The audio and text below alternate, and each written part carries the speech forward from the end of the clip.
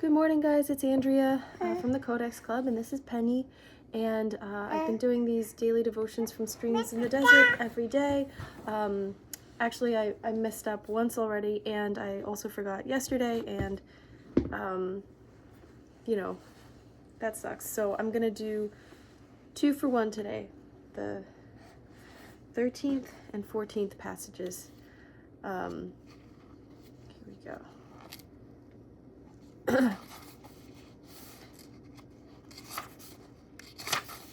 Okay, March 13th. Just and true are thy ways, thou King of Saints. Revelations 15. Okay, that's right. Wow, you're standing! Good job. Also, welcome if you are new here. If you're not, welcome back. Like and subscribe if you haven't, to keep up with these daily updates.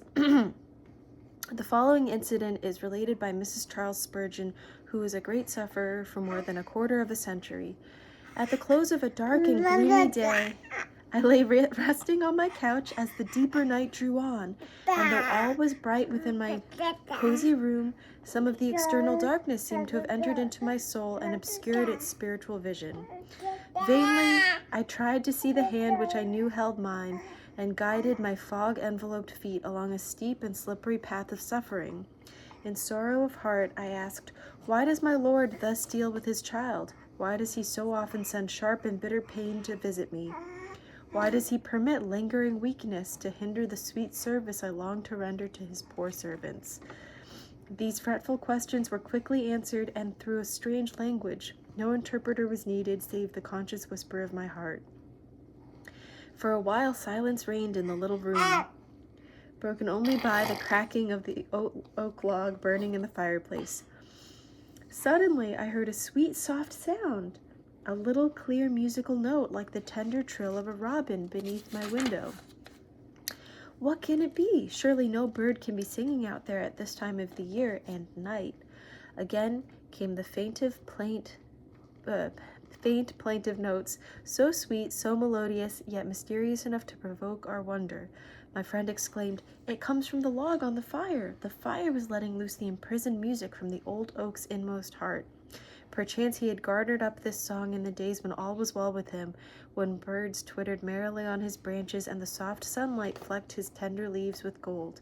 But he had grown old since then and hardened. Ring after ring of knotty growth had sealed up the long-forgotten melody until the fierce tongues of the flames came to consume his callousness, and the vehement heart of the fire wrung from him at once a song and a sacrifice. Ah, thought I, when the fire of affliction draws songs of praise from us, then indeed are we purified and our God is glorified. Perhaps some of us are like this old oak log, cold, hard, insensible. We should give forth no melodious sounds were it not for the fire which kindles around us and releases notes of trust in him and cheerful compliance with his will. As I mused, the fire burned, and my soul found sweet comfort in the parable so strangely set forth before me. Singing in the fire, yes, God helping us. If that is the only way to get harmony out of these hard, apathetic hearts, let the furnace be heated 7 times hotter than before. I'm going to go right into March 14th, because I do think they're related. Ooh. Moses drew near unto the thick darkness where God was. Exodus 20:21. God has still his hidden secrets, hidden from the wise and prudent. Do not fear them. Be content to accept things that you cannot understand. Wait patiently. Presently he will reveal to you the treasures of darkness, the riches of the glory of the mystery. Mystery is only the veil of God's face. Do not be afraid to enter the cloud that is settling down on your life. God is in it. The other side is radiant with his glory. Think it not strange concerning the fiery trial which is to try you, as though some strange thing happened unto you, but rejoice inasmuch as ye are partakers of Christ's sufferings. When you seem loneliest and most forsaken, God is nigh. He is in the dark cloud. Plunge into the blackness of its darkness without flinching. Under the shrouding curtain of his pavilion you will find God awaiting you. And then the poem is Hast thou a cloud, something that is dark and full of dread, a messenger of tempest overhead, a something that is darkening the sky, a something growing darker by and by, a something that thou fearest will burst at last, a cloud that doth a deep, long shadow cast, God cometh in that cloud. Hast thou a cloud? It is Jehovah's triumph car, in this he rideth to thee o'er the wide abyss. It is the robe in which he wraps his form, for he doth gird him in the flashing storm. It is the veil in which he hides the light of his fair face too dazzling for thy sight. God cometh in that cloud. Hast thou a cloud, a trial that is terrible to thee, a black temptation threatening to see, a loss of some dear one long thine own, a mist, a veiling, bringing the unknown, a mystery that unsubstantial seems, a cloud between thee and the sun's bright beams, God cometh in that cloud. Hast thou a cloud, a sickness, weak old age, distress, and death, these clouds will scatter at thy last faint breath. Fear not the clouds that hover o'er thy bark, making the harbor's entrance dire and dark. The cloud of death, though misty, chill, and cold, will yet grow radiant with a fringe of gold. God cometh in that cloud. As Dr. C stood on the high peak of the Rocky Mountains watching a storm raging below him, an eagle came up through the clouds and soared away toward the sun, and the water upon him glistened in the sunlight like diamonds. Had it not been for the storm, he might have remained in the valley. The sorrows of life cause us to rise toward God. So like two pretty powerful visuals there.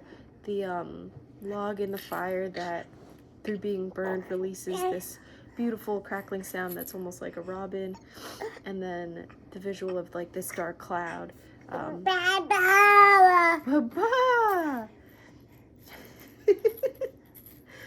And sort of the opposite of like light and fire. It's like this dark black cloud. I just think they're both really beautiful visuals, and I wanted to offer my own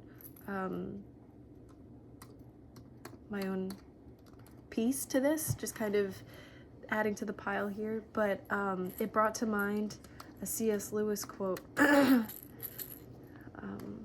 that I'm gonna pull up really quick and read to you as well, and that's how I will leave it. Ooh. Oh man, okay, well, my computer just died, but it's, I'll leave it in the description. It's from The Weight of Glory, and C.S. Lewis talks about how love anything at all and your heart may be broken, but if you protect it in all these like different selfish protections, your heart will be caged essentially. Like you'll have all these layers of basically like isolation and selfishness, but in that your heart won't be able to breathe and it'll suffocate. And I just think all the ways that we try to like protect ourselves, it's interesting that it might backfire, and that through suffering, through these elemental kind of like passages that Mrs. Cowman is bringing up, it seems almost to like embolden us, to tell us not to be afraid of these like fire and rain and things that normally we would want to protect ourselves from. And that's where I'll leave it. It's a cold day here and our heat isn't working, so pray for us if you can, and message me if you want to be prayed for. We'll catch you tomorrow. Say bye, Penny. She's been learning to wave. All right. Like and subscribe if you haven't. We'll see you next time. Bye.